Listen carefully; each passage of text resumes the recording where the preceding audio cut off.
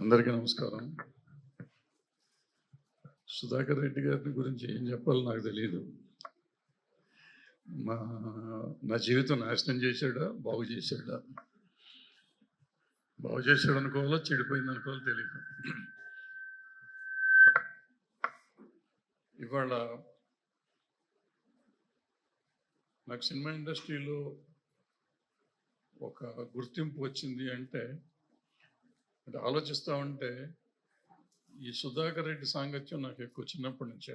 ఈయన మాకు senior student ఫెడరేషన్లో. నేను బాగా చిన్నగా ఆల్మోస్ట్ ఇప్పుడు 17-18 ఇయర్స్ అప్పుడు వచ్చా స్టూడెంట్ ఫెడరేషన్.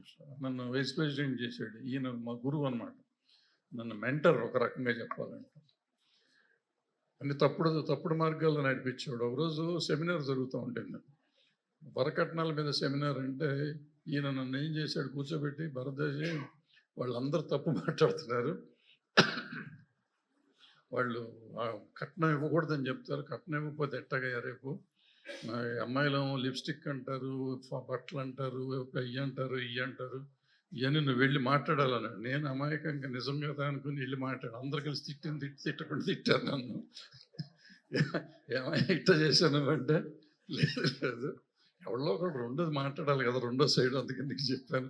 అయితే తిట్టిస్తానికి నేనే దొరికాను నీకు, అందరితో తిట్టిస్తున్నావు కదా.